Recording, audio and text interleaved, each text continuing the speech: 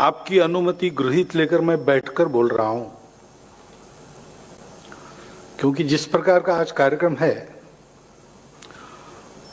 उसमें मैं भाषण ऐसा नहीं करने वाला। आपके सामने मेरे मन में उठने वाले कुछ तरंग में चिंतन के लिए रख, ये एक तरफा गपसप है और इसलिए मैं बैठकर बोल रहा हूं। आप सब प्रबुद्ध जन ऐसे हैं तो जिनके मन में प्रकर्ष से बोध का उदय हुआ है, ऐसे आप लोग हैं। और दूसरा, जो जन समाज का प्रबोधन करने वाले हैं, ऐसे भी आप ही लोग हैं। और इसलिए आपके सामने कुछ विचार रखूंगा, अपने चिंतन के प्रक्रिया से आप उसको निकालेंगे, उचित लगा तो लोगों को बताएंगे, उनका प्रबोधन करेंगे। इस आशा से मैं आपके सामने बोल रहा हूं, क्योंकि समाज का प्रबोधन ये बहुत आवश्यक बात है। व्यवस्था बदलती है, अभी 370 हटा, उसके बाद मैं आ रहा हूं ऐसा कहा गया, छप भी रहा है ऐसे ही। तो 370 हटा यानी व्यवस्था में परिवर्तन हुआ। जो उद्देश्य है, जो वस्तुस्थिति है, जो प्रकृति है, व्यवस्था उसके अनुकूल होनी चाहिए। वो नहीं है ऐसा लगता था तो बहुत लोगों ने संघर्ष किया। यानी यूं कहे तो श्यामा प्रसाद मुखर्जी प्रजा परिषद आंदोलन के समय से जिस एक बात को मन में लेकर यहां संघर्ष हुआ, बलिदान हुए, वो मन की आस अपनी पूरी हो गई, ये हमने देखा। ऐसी परिस्थिति में मैं यहां हूं और उसका आनंद भी आप लोगों के मन में है, ये पता चलता है। परंतु केवल व्यवस्था परिवर्तन से नहीं होता है, क्योंकि व्यवस्था को चलाने वाले तो व्यक्ति रहते हैं, वो समाज से आते हैं। और जिस प्रकार का समाज है उस प्रकार के व्यक्ति सर्वत्र आते हैं। इसलिए अंग्रेजी में कहावत है, people get government they deserve. तो जैसे हम हैं वैसे हमारे नेता। अब राजनीति है, एक दूसरे पर आरोप प्रत्यारोप, एक दूसरे की गलतियां नहीं, ये खेल चलता है, चलने दो। लेकिन थोड़ा उन बातों से अलिप्त होकर हम विचार करें तो जैसे हम हैं वैसे हमारी प्रतिनिधि है।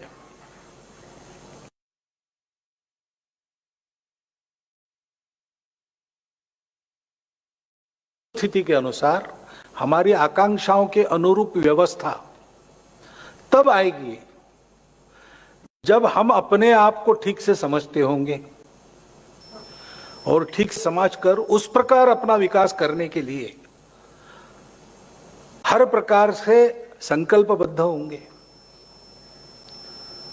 और ऐसा कुछ भव्य कार्य करना है तो उसके आड़े आने वाले क्षुद्र विचार, विकार और बाधाएं, उन पर मात करके अपने संकल्प को पूरा करेंगे ही, ऐसे निश्चय से अनुप्राणित सारा समाज हो।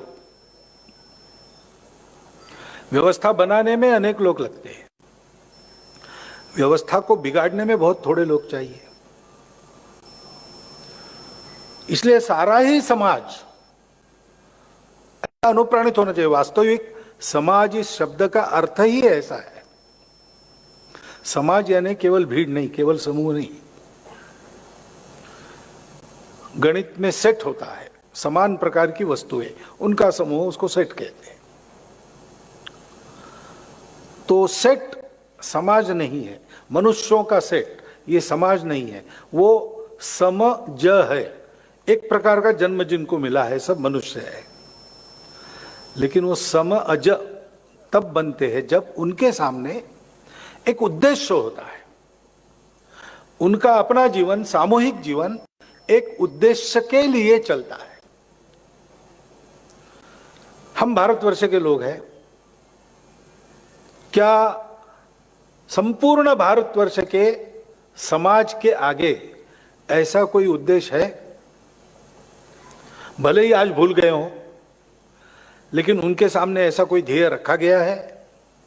उस ध्येय को पूर्ण करने के लिए क्या कभी उन्होंने पुरुषार्थ किया है? हमको अपने आप को समझना पड़ेगा। हमारे यहां हमारा ये जो समाज है, उसको समाज इसलिए कहा जाता है कि उसके जीवन का एक उद्देश्य है, और वो बाकी सारी दुनिया से एकदम अलग विशिष्ट उद्देश्य है। उस उद्देश्य की परिपूर्ति के लिए इस समाज की निर्मित हुई। उस पुरुषार्थ को करने के लिए जो व्यवस्था बनाई गई, उसको हमारे यहां राष्ट्र कहा गया। बाकी दुनिया में अलग बात है, सर्वाइवल का प्रश्न था, और यह माना जाता था कि there is struggle for existence and the fittest will survive. तो मनुष्य प्राणी वैसे तो बहुत अशक्त है, सृष्टि में सबसे अशक्त मनुष्य प्राणी है।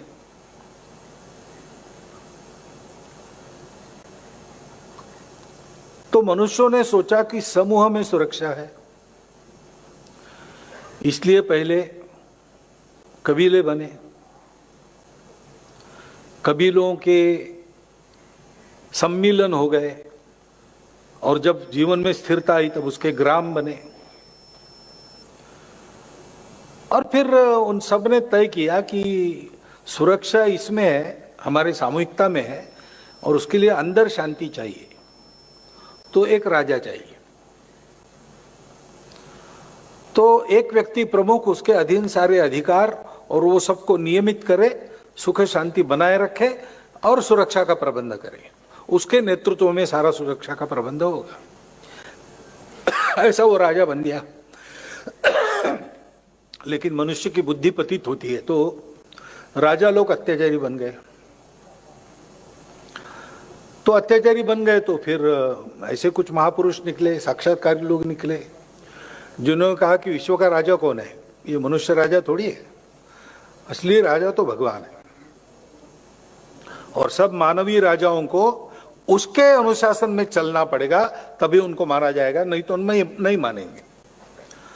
और इसलिए दुनिया में एक रिलीजन नाम की चीज, जो एक विशिष्ट अनुशासन मानती है, विशिष्ट पुस्तक मानती है, विशिष्ट भगवान का रूप मानती है, सत्य का रूप मानती है, और एक उसके तहत जो व्यवस्था बनती है, उस व्यवस्था में सबको बाध्य करती है कि उसी के अनुसार चले, उसी का अनुशासन माने। ऐसी एक व्यवस्था धर्म से नियंत्रित, राजा भी उसके अधीन, ऐसा चला। बाद में झगड़े भी हुए, राजा और धर्माचार्य इनके झगड़े हुए, कौन अधिकारी है। उन झगड़ों में एक समझौता भी हुआ, ये मैं पश्चिम की बात कर रहा हूं, कि मरने के बाद के जीवन का विचार धर्माचार्य करेंगे, और जब तक इस देह में जीवित है उसका विचार राजा करेगा। इसलिए एक शब्द आ गया दुनिया के इतिहास में, जो हमारे यहाँ था नहीं, आजकल है, लेकिन वैसे गैर लागू है। वो शब्द है सेक्युलर। तो राज्य सेक्युलर रहेगा, धर्माचार्य शासन, ऐसे ऐसे चला।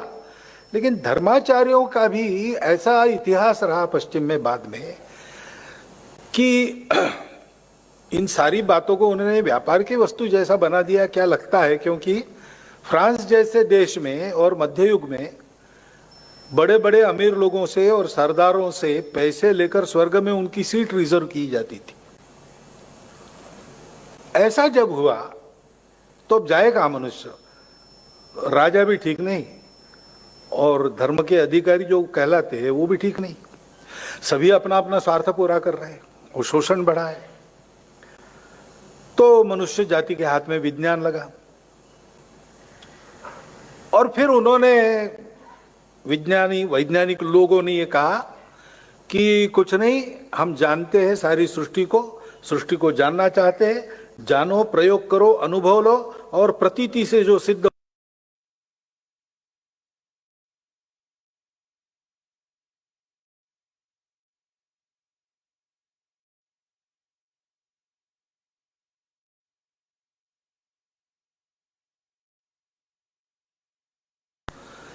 लेकिन प्रगति तो हुई, लेकिन ये भी बात आई सर्वाइवल ऑफ द फिटेस्ट। तो सब लोग स्पर्धा करने लगे और सारे सुख के साधन ही हाथ में केंद्रित करना, ऐसी उनकी बात चली। उसके चलते शोषण जन्मा, तो व्यक्तिवाद के विरुद्ध दूसरा परिवर्तन आया, समाजवाद खड़ा हो गया। उस समाजवाद ने भी रशिया में, चीन में क्या क्या किया अब जानते हैं हम लोग, इसलिए उसके विरुद्ध भी प्रतिक्रिया हुई। फिर से लगा कि ये व्यक्तिवाद और जड़वाद हावी होगा। दूसरे तरफ से एक नया वामपंथ, न्यू लेफ्ट के नाते फिर से जड़वाद और समाजवाद हावी होगा, ऐसा चल रहा है। इस सारे खटपट में, संघर्षों में 2000 वर्ष से ये प्रयोग हुए, लेकिन मनुष्य को सुख नहीं मिल रहा है, संतोष नहीं मिल रहा है। साधन सुख के बहुत बढ़ गए। विज्ञान जैसा एक अमोघ साधन अपने हाथ में आ गया, उसके कारण बहुत सारी बातें हम जानने लगे। मनुष्य के जानकारी का स्तर, ज्ञान का स्तर बहुत बढ़ा, परंतु आत्महत्याओं का प्रमाण बढ़ा। नई नई बीमारियां आ गई कि भेजी गई, इसकी भी चर्चा चल रही है। और देशों देशों के संघर्ष बढ़े, पर्यावरण का नाश होने लगा। और ऐसी सारी अवस्था में आज अगर हम देखते हैं, विशेषकर ये कोरोना के 1 साल के बाद, अभी 1.5 साल हो गया, सारी दुनिया में एक पुनर्विचार चला है। विकास का प्रतिमान क्या हो, अभी तक एक सेटल्ड व्याख्या थी, पश्चिम से आई हुई, सारी दुनिया में लोग उसी व्यवस्था में चलते थे, लेकिन अभी उस पर प्रश्न चिन्ह उत्पन्न हुआ। इसलिए नए शब्द आने लगे हैं, डेवलपमेंट नहीं, सस्टेनेबल डेवलपमेंट और इको फ्रेंडली जीवन। अब हमारे यहां ये तो बहुत पहले से है, दुनिया को आज उसका पता चल रहा है और रास्ता नहीं मिल रहा है, अभी भी रास्ता नहीं मिल रहा। और इसलिए ये विचार चल रहा है दुनिया में कि कोई तीसरा रास्ता होना चाहिए, और वो रास्ता भारत के ही पास होना चाहिए। इसलिए भारत की ओर आंखें लगी है, क्योंकि भारत में ये सारी बातें नहीं थी। हमने 6000 साल कम से कम खेती की है अपनी जमीन में, भारत में। हमारी जमीनें आज भी देती है। अफ्रीका के जमीन जैसी कुंवारी जमीन में पाश्चात्यों के कारण 600 साल की खेती हो गई, वो जमीन ऊसर बन गई, अब उसको बार बार विश्राम देना पड़ रहा है। हमारे यहां उस समय की तकनीकी के उच्चतम आविष्कार थे। ढाके की मलमल जैसी मलमल आज भी कंप्यूटराइज्ड मशीन पर बनना कठिन बात है, लेकिन हमने बनाई। उत्कृष्ट क्वालिटी का फौलाद अभी स्तंभ है, दिल्ली में स्तंभ है, जंग नहीं खाता। सांची में है, जंग नहीं खाता। नागपुर की हमारी टेक्निकल इंस्टीट्यूट है, उन्होंने रिसर्च किया, झारखंड के जंगलों से लोगों को ले आए। उनका 32 लोगों को उठाकर कहीं पर भी ले जा सकते हैं, ऐसा 32 लोगों के द्वारा उठाकर ले जा सकते हैं, ऐसा फर्नेस, उसमें उन्होंने फौलाद बनाया। उसके कुछ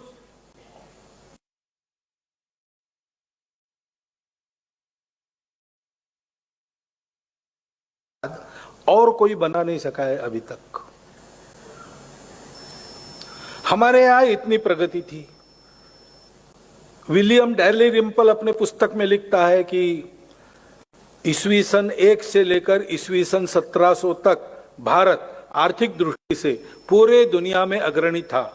दुनिया के उत्पादन में सबसे अधिक योगदान उसका था, दुनिया के व्यापार में सबसे अधिक हिस्सा उसका था। हम आर्थिक दृष्टि से अग्रणी रहे। सारी बातों में अच्छे होने के बाद भी हमारा पर्यावरण खराब नहीं हुआ। हमारे यहां आपसी कटु संघर्ष ऐसे नहीं हुए। विदेश के संपर्क में आने के बाद, सिकंदर के आक्रमण के पश्चात हमारे यहां सारा अधपतन का दौर चला है। तो हम ऐसे अलग विशिष्ट क्यों बने? और हमको इन सारी बातों की, संकटों की बाधाएं अपने पद्धति से हम चलते थे, तब क्यों नहीं हुई? वहां पर जो राष्ट्र बने वो इस सर्वाइवल के डर से बने। फिर कोई एक फैक्टर मानव निर्मित, उसके आधार पर एकता करना। भाषा के आधार पर इंग्लैंड एक राष्ट्र है, आयरलैंड, स्कॉटलैंड, वेल्स और ब्रिटेन। अंग्रेजी भाषा वहां विकसित हुई आपसी संघर्ष में से ही, उसके आधार पर उनके संबंध बने। जब तक अंग्रेजी भाषा है, यूनाइटेड किंगडम है। अंग्रेजी भाषा अगर समाप्त हो गई तो यूनाइटेड चला जाएगा, किंगडम्स रहेंगे। आर्थिक व्यापारिक हितों की समान दृष्टि के आधार पर यूनाइटेड स्टेट्स ऑफ अमेरिका एक देश है, उसमें जब संघर्ष होता है तो वहां भी आजकल चलती है। एक रिलीजियस फिलॉसफी पर, इस्लाम के आधार पर अरब एक राष्ट्र है। सारे अरब कबीलों को जोड़ के रखने वाला इस्लाम है। वो अगर कहीं नहीं रहा तो उनका विघटन होने में देर नहीं होगी। इस प्रकार मनुष्य निर्मित कृत्रिम आधारों पर ये राष्ट्र बने और उन आधारों में मनुष्यों को बनाए रखने की आवश्यकता के कारण राष्ट्र यानी उसके साथ एक शासन ये आवश्यक हुआ। इसलिए कहते हैं नेशन स्टेट। और वो अपने अपने स्वार्थ का जतन करते हैं। विश्व एकता की और बंधुता की कितनी भी बातें करे, सब करते समय अपने स्वार्थ को पहले रखते हैं। अपने स्वार्थ को नुकसान नहीं है तो ढेर सारा परोपकार करेंगे। अपने स्वार्थ के लिए अगर दूसरे का अपकार भी करना है तो आगे पीछे नहीं देखेंगे। हम इतिहास देख रहे, वर्तमान देख रहे दुनिया का। आपको उदाहरण देने की मुझे आवश्यकता नहीं। हमारे यहां ऐसा नहीं हुआ। हमारे यहां सुख तो सबको चाहिए, हमको भी चाहिए, लेकिन हमारे यहां सुख की खोज में हम लोग बीच में रुके नहीं, बाकी दुनिया रुक गई। क्योंकि उन्होंने सुख की खोज बाहर ही की, बाहर के पदार्थों में सुख खोजा। और सदा सर्वदा टिकने वाला, कभी फीका न पड़ने वाला सुख बाहर की दुनिया से कभी मिलता नहीं। आज तक मिला नहीं, आज भी नहीं मिल रहा है, कल भी नहीं मिलेगा, क्योंकि वो दुनिया ही स्वयं परिवर्तनशील है। लेकिन उन्होंने उसके आगे सोचा नहीं, क्योंकि जितना दिखता है उतना ही है, उसके आगे कुछ नहीं, ऐसा मानकर वो रुक गए। अपने यहां एक कथा है छांदोग्योपनिषद में कि असुरों का राजा विरोचन, देवों का राजा इंद्र, दोनों समाज है, थे मानव समाज ही। असुर जरा शक्ति के आधार पर, डंडे के आधार पर सारी बात मनवाने के पक्ष में रहते थे, वैसा उनका व्यवहार होता था। और देव लोग भावनाओं का आदर करते थे, करुणा थी उनमें, बाकी थे मनुष्य ही। दोनों समाजों ने अपने अपने पद्धति से भौतिक वैभव का चरम प्राप्त कर लिया, कोई बात किसी बात की कमी नहीं, लेकिन संतोष नहीं, समाधान नहीं। तो दोनों अपने अपने गुरुओं के पास गए। विरोचन शुक्राचार्य के पास गया, इंद्र गया बृहस्पति जी के पास और पूछा क्या करें, हमने सब की, अब कुछ करना शेष नहीं। दुनिया में जो कुछ है सुख का साधन बन सकता है, हमारे पास है, चाहे जब है चाहे जितना है, लेकिन समाधान नहीं, संतोष नहीं, सुख भी फीका हो जाता है, क्या करें। तो दोनों के गुरुओं ने उनको एक ही सलाह दी कि ब्रह्मा जी के पास जाओ, वो आत्मा को जानते। ये आत्मा चीज ऐसी है कि वो शाश्वत है, अमर है, कभी मिटती नहीं, और परम सुख का निधान है सदा टिकने वाला, कभी फीका न पड़ने वाला। ऐसा सुख उसके पाने से मिलता है, आत्मा को पाने से कुछ भी पाना शेष नहीं रहता। पूर्ण समाधान, पूर्ण संतोष। तो ब्रह्मा जी के पास जाओ, प्राप्त कर लो। तो दोनों गए वलकल पहनकर, शिष्य भाव से हाथ में समिधा लेकर, और दोनों को एक ही काम के लिए जाना था, साथ ही चले गए। ब्रह्मा जी के सामने उपस्थित हुए, उनके ध्यान से बाहर आने की प्रतीक्षा की। ब्रह्मा जी ने आंखें खोली, देखा दोनों सामने हैं, वलकल पहने और समिधा हाथ में। तो उन्होंने कहा अच्छा, कुछ सीखने के लिए आए हो तो समिधा वहां रख दो यज्ञ कुंड के पास, और बताओ क्या चाहिए। तो समिधाएं रखी, नमस्कार किया और पूछा ब्रह्मा जी को कि आप आत्मविद्या को जानते हैं, आत्मा अमर है, शाश्वत है, और उसके पास सारा सुख है, कभी भी फीका नहीं होता है, और आत्मा अमर है इसलिए वो सुख भी शाश्वत है। तो उसको हमको देखना है, उसको कैसे देखना, हमको विद्या बताइए। तो ब्रह्मा जी ने कहा कि तुम देखते कैसे हो? आंखों से देखते हैं। तो फिर आंखों में कौन देखता है तुम्हारे? तुम देखते हो ये नहीं क्या? तो तुम्हारे आंखों में जो देखने वाला बैठा है ना, तुम हाथ भी हो, तुम पैर भी हो, तुम आंख भी हो, लेकिन ये तुम कौन है जो सब जगह है? वो तुम्हारे आंखों के अंदर बैठा है, उसको देख लो, वही आत्मा है। तो भी कैसे करना? तो दोनों एक दूसरे के सामने खड़े हो गए और एक दूसरे की आंखों में आंखें डालकर देखा तो प्रतिबिंब दिखा अपना अपना। क्या दिखेगा? वही दिखता है। तो उन्होंने मान लिया कि ये जो हम दिख रहे वही आत्मा है, और उस आनंद में दोनों वापस चले। मार्ग में वैतरणी नदी को लांघना था, नौका में बैठकर विरोचन चप्पू चला रहा था, इंद्र शोभा देख रहा था। उसको ध्यान में आया कि जो आत्मा जिसको हम कहते हैं पानी में अपना प्रतिबिंब, वो तो चप्पू चलाने से नष्ट हो जाता है। तो उसने विरोचन को कहा कि गड़बड़ हो गया, कुछ ब्रह्मा जी ने गुत्थी डाली है अपने सामने सुलझाने के लिए, ये तो नष्ट हो रहा है, आत्मा तो अमर है, शाश्वत है। विरोचन ने कहा नहीं नहीं भाई, ऐसा क्यों करेंगे, बहुत परिश्रम से यहाँ तक आए, अब फिर एक बार वापस जाना वगैरह हमको नहीं चाहिए। हम समझ गए जो दुनिया में दिखता है वही सच है, उसके परे सच कुछ नहीं है। इसलिए इस हाड़ मांस के शरीर को अच्छा बनाओ, बलशाली बनाओ, इसी के लिए सब कुछ करो। ये जितना लंबा जिएगा और जितना ज्यादा भोगेगा उतना ही सुख है। इसको शाश्वत बनाओ, इसको अमर बनाओ। और इसलिए विरोचन वापस नहीं गया, वो इसी धारणा पर बाकी उस संस्कृति का विकास हुआ, आसुरी संस्कृति। मैं आसुरी शब्द निंदा के अर्थ में नहीं कह रहा हूं, वो आसुरी लोग थे, उन्होंने ऐसा सोचा।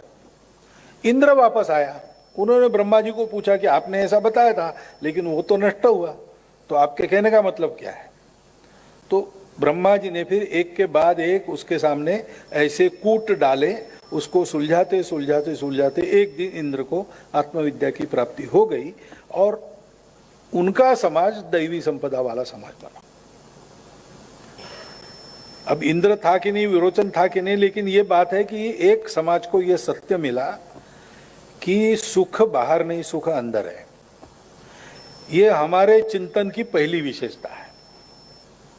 पदार्थों में सुख नहीं है, सुख अपने अंदर है। और उस सुख के उद्गम को, उत्स को प्राप्त करना, ये जीवन का परम लक्ष्य है, क्योंकि जीवन का उद्देश्य ही सुख प्राप्ति है। भगवान ने एक से अनेक होकर संकल्प लेकर ये सृष्टि उत्पन्न की, तो सुख के लिए ही की, और सुख उसके प्राप्ति से होता है। इसलिए परम लक्ष्य जीवन का उस सत्य का साक्षात्कार करना, उसको प्राप्त किया हमारे पूर्वजों ने, और उनको ये भी ज्ञान हुआ कि ये आत्मा सब में है, जड़ चेतन चराचर सृष्टि में सर्वत्र विद्यमान है, और एक एक देह में ये जीव का रूप लेता है, जीव के अंदर रहता है। सारी सृष्टि में यही परमात्मा बना है। तो ये जोड़ने वाली बातें प्राप्त होगी। शरीर मन बुद्धि अलग अलग दिखते हैं, व्यावहारिक जगत में वैसा काम भी करते हुए लगते हैं, लेकिन वो जुड़े हैं आत्मा से। एक व्यक्ति का समूह, समाज और सारी सृष्टि, ये अलग अलग देखते हैं अलग अलग लगते हैं लेकिन जुड़े हैं परमात्मा के कारण। सूत्रे मणिगणा इव। और इसीलिए शरीर मन बुद्धि के सुख का व्यापार अर्थ और काम के द्वारा चलता है। अर्थ और काम को मान्यता है, वो लेजिटिमेट परस्यूट है, उनको पुरुषार्थ कहा है। लेकिन उपभोग में सुख नहीं है, अंदर देखना है।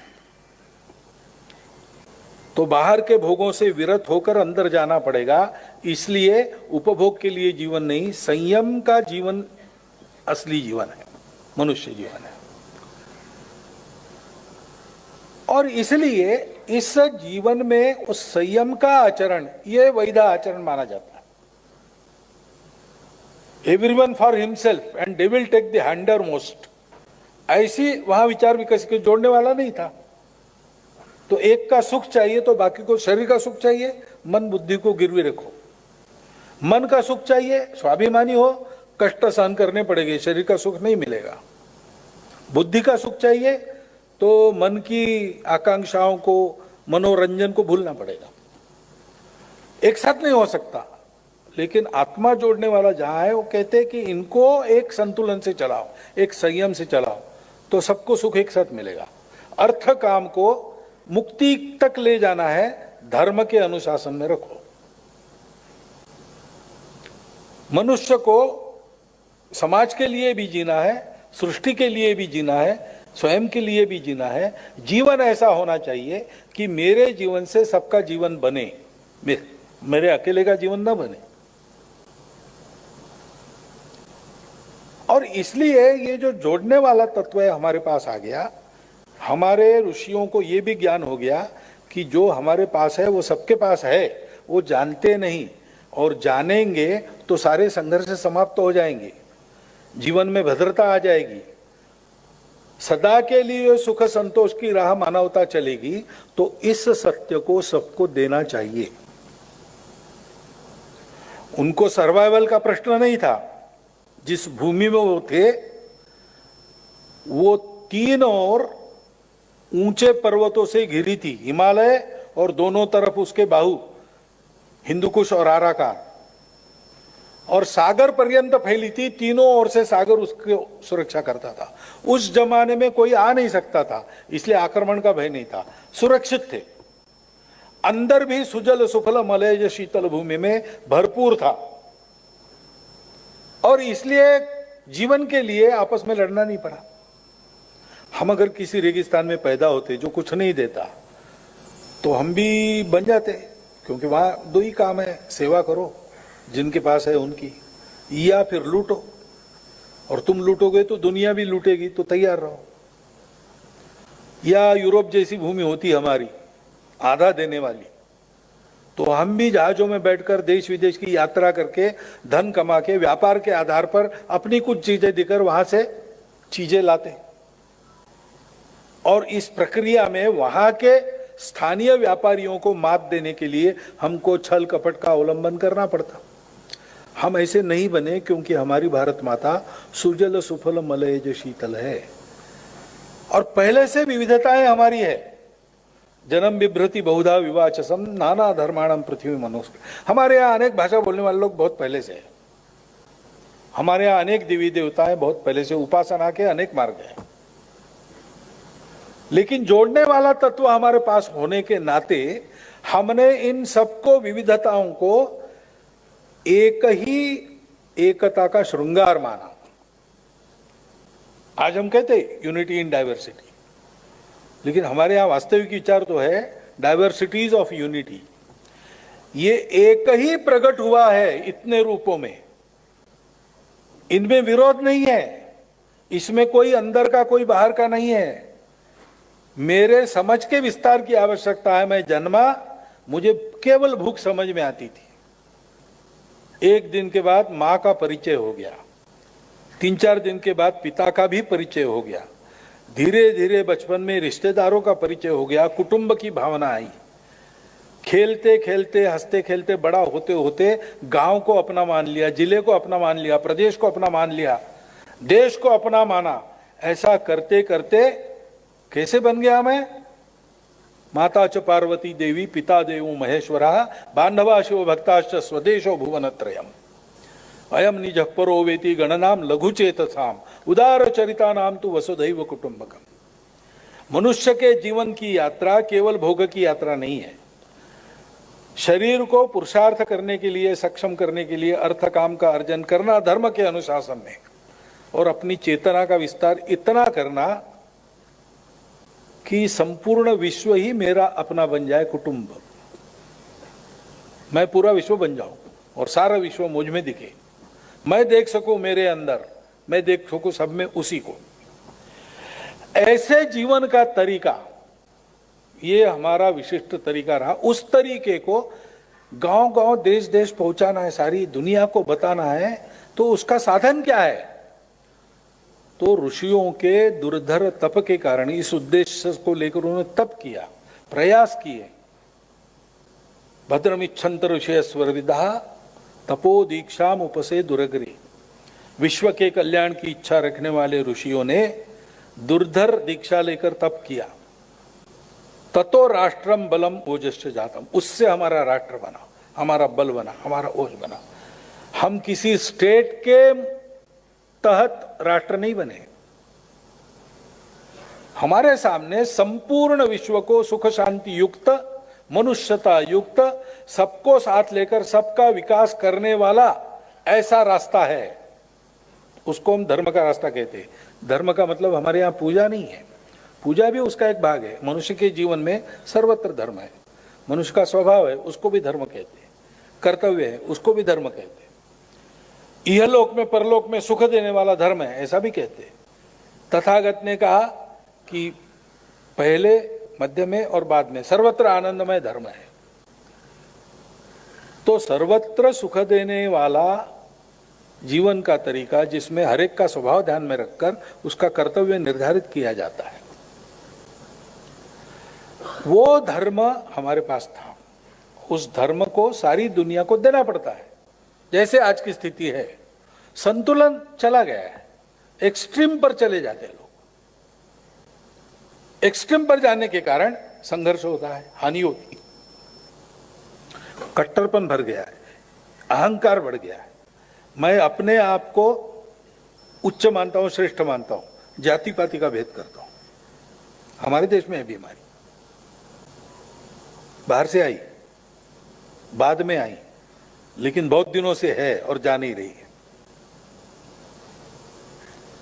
मैं अपने समूह को श्रेष्ठ मानता हूं और मानता हूं कि भगवान ने उसको सारे अधिकार दिए हैं, बाकी सबको उसकी दया के तहत दुनिया में रखना है। ये हमारा सामूहिक अहंकार है। ऐसे ईगोज बढ़े, प्रगति आई, विज्ञान आया, ज्ञान की दृष्टि आई, लेकिन ये अहंकार नहीं बदला। व्हाइट मैन्स बर्डन नाम की कविता लिखी गई कि जाओ सारी दुनिया के असभ्य लोगों को सभ्यता सिखाओ, और नहीं सीखते हैं तो लूटो उनको। यही किया। हमारा एकदम अलग विकास है। विश्व कल्याण के लिए हमको ये बताया गया कि हमारा पर्पस क्या है, हमारा समाज क्यों है, उस समाज के सामने उद्देश्य क्या है, ये बताया गया। एतद् देश प्रसूतस्य सकाशाद अग्र जन्मनात् स्वम स्वम चरित्रम शिक्षरम पृथिव्याम सर्वमान। पूरे भारत के इतिहास में इतिहास ने आंखें भी नहीं खोली थी तब से यह सूत्र चल रहा है। इसी के तहत समाज चलता है, जाने अनजाने इसी को मानकर चलता है। ऊपर से कुछ थोपना नहीं पड़ता, उसका स्वभाव ऐसा बन गया। उस स्वभाव को हम संस्कृति कहते हैं। मेरा आपका जो होता है उसको स्वभाव कहते हैं। हम सबका मिलके एक जो होता है उसको हम संस्कृति कहते हैं। ये संस्कृति हमारी सनातन काल से चलती आई। देवी देवता बदलते रहे, उपासना के तरीके बदलते रहे, भाषाएं नई आती गई, पुरानी मिटती गई, प्रांत प्रदेश बदलते गए, राज्य राजा बदलते गए, लेकिन इस पूरे लंबे इतिहास में अभी तक एक सूत्र कायम है।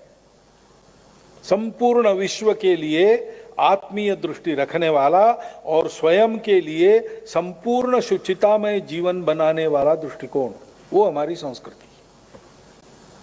आज भी देखिए भारत के सब प्रांतों में, सब प्रदेशों में आप कुछ खरीदिए, तोल के मिलेगा, ऊपर से कुछ और मिलेगा। आम खरीदने जाओ, 100 खरीदे जाएंगे, बाद में वो 5 रख देगा।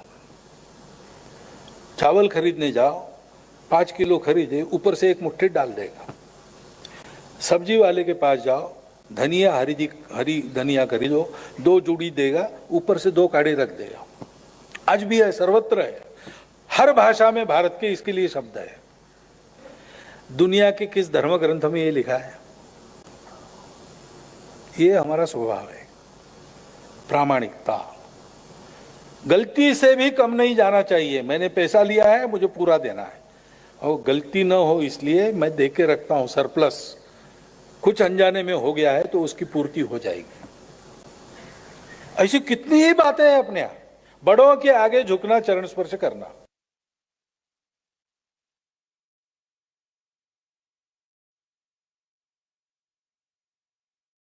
दूसरे, लेकिन आज हमारे यहाँ फर्स्ट सेक्रेटरी वगैरह रहे लोग भी, या अभी है ऐसे लोग भी, उनके घर के बुजुर्ग जब आते हैं, सार्वजनिक स्थान पर भी मिलते हैं तो भी चरण स्पर्श करते हैं।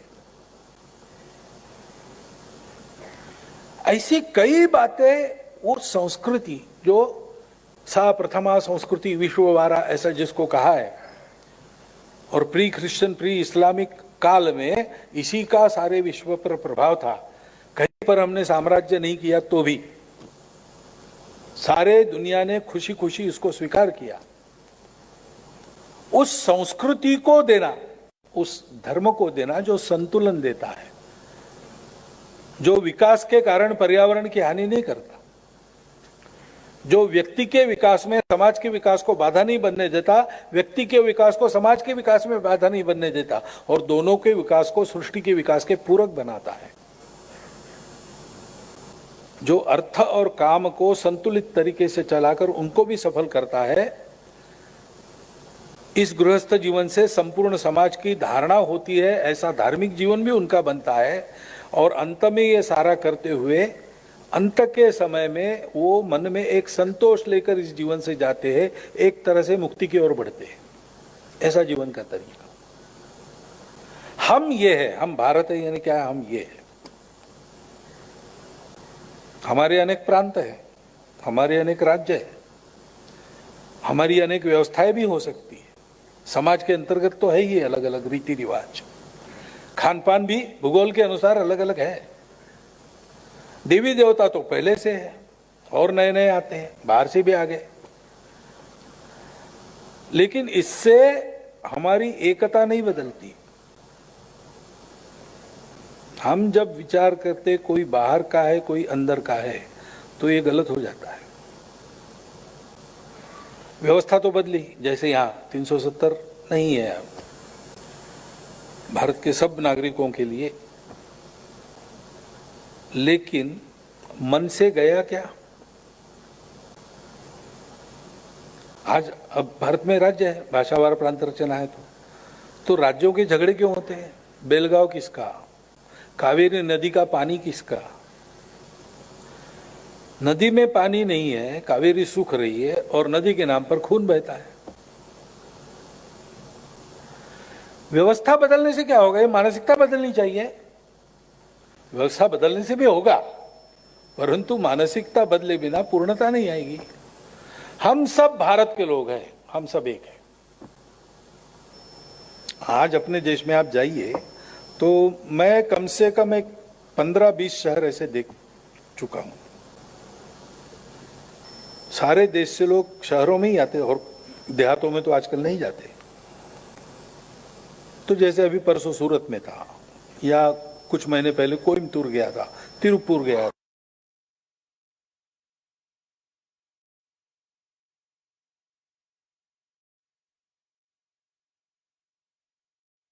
बन गए हैं, और किसी का कोई नुकसान नहीं हुआ है, किसी का कुछ छीना नहीं गया है, सब लोग बसे हैं। ये केवल व्यवस्था का चमत्कार नहीं है। उन लोगों ने इस अपनेपन से रहने का निश्चय किया। अपनेपन से जब रहते हैं तो सबको समान होता है, सबका विकास होता है। हमारे यहां इसी को इमोशनल इंटीग्रेशन अपने संविधान में कहा गया है। तो व्यवस्थाएं तो हम उसका अनुभव लेंगे, फिर कुछ सुधार करना है तो उसके लिए चलेगी, चर्चा चलेगी, चुनाव में लोग जीतेंगे हारेंगे, मेजॉरिटी होगी, कुछ होगा कुछ नहीं होगा, कुछ बदल जाएगा, ये खेल चलता रहेगा। लेकिन मूल बात है कि इसके पीछे हम लोगों ने इस आत्मीयता को देश में खड़ा किया है, इस अपनापन को खड़ा किया है क्या? अपने मत को स्थापित करने के संघर्ष में प्रजातंत्र है अपना, वो संघर्ष भी लेजिटिमेट रहता है, वैध साधनों से करना, हिंसा नहीं करना। लेकिन उस संघर्ष के चलते मन में जो कटुता आती है वो बाद में भूलते ही नहीं हम लोग। ये हमारा देश है, ये हम सबको चलाना है और इस देश को चलाना दुनिया के लिए आवश्यक है। हमको एक दुनिया को संदेश देना है, केवल संदेश नहीं, अपने उदाहरण से। स्वम चरित्रम शिक्षेरन पृथिव्याम सर्वमानव। हम बड़े भाई दुनिया के सबसे प्राचीन होने के नाते सारी दुनिया से लोग यहाँ आएंगे, आए और अपने अपने चरित्र की शिक्षा लेकर जाए, हमको देख के, हमारे उदाहरण से।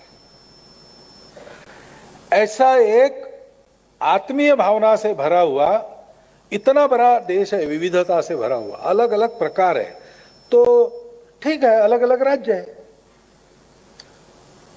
और लोगों ने सबने मिलकर एक फेडरल रचना की, ठीक है, व्यवस्था है।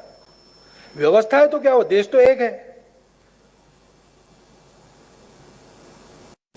हमारे यहां ये अलग अलग बहुत रहा है, लेकिन सब लोग, इतनी सारी भाषाएं हैं, हर भाषा में रामायण है, हर भाषा में महाभारत है,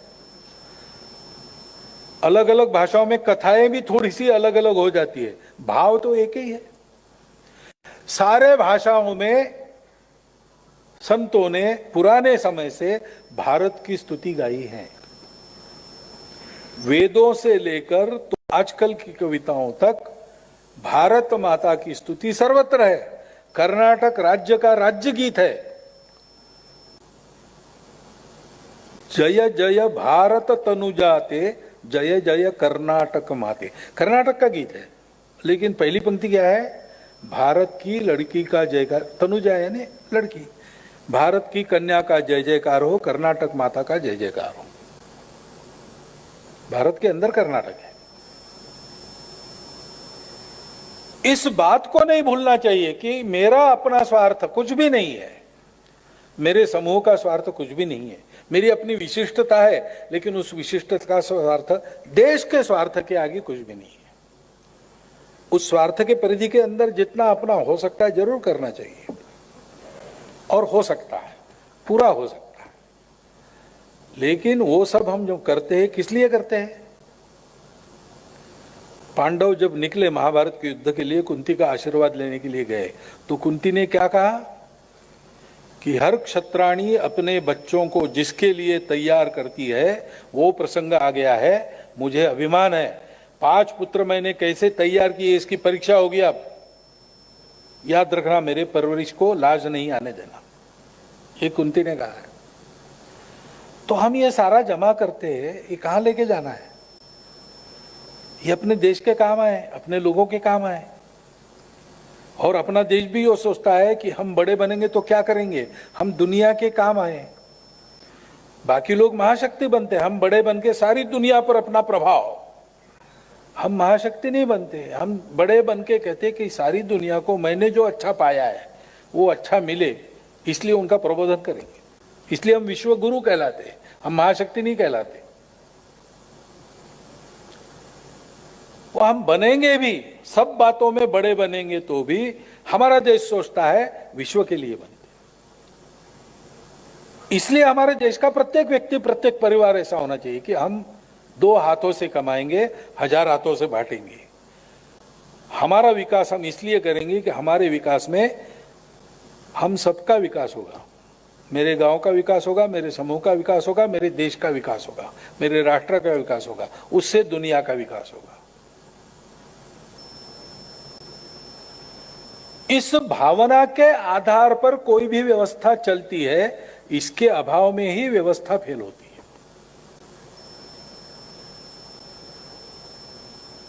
अब इसके लिए आदत करनी पड़ेगी। 1000-1500 वर्षों में हम लोगों में आपस में निरंतर संपर्क की जो व्यवस्थाएं थी वो टूट गई। आक्रमण का काल था, संघर्ष हो गया, हमारे अपने स्वरूप का हमको विस्मरण हो गया, आपस में झगड़े बढ़े, भेदभावना उत्पन्न हुई, हम आपस में ही भेद करने लगे, छुआछूत जैसी बातें आ गई।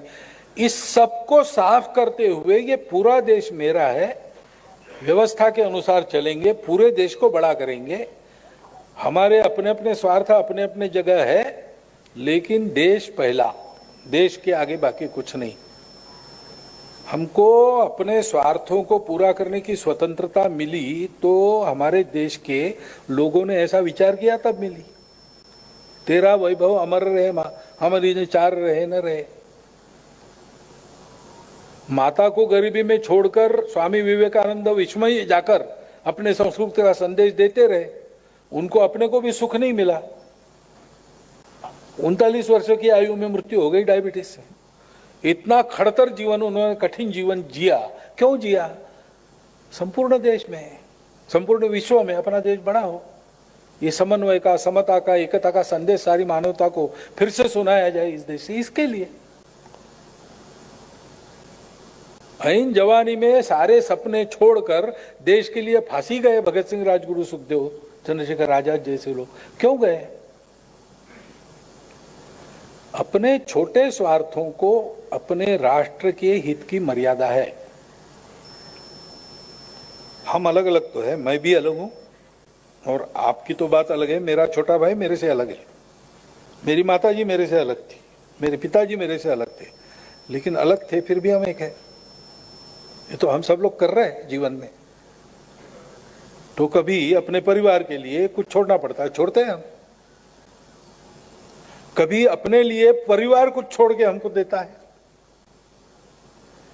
ये व्यवस्था के तहत नहीं होता है। व्यवस्था तो है, लेकिन व्यवस्था का पालन होता है। क्यों होता है?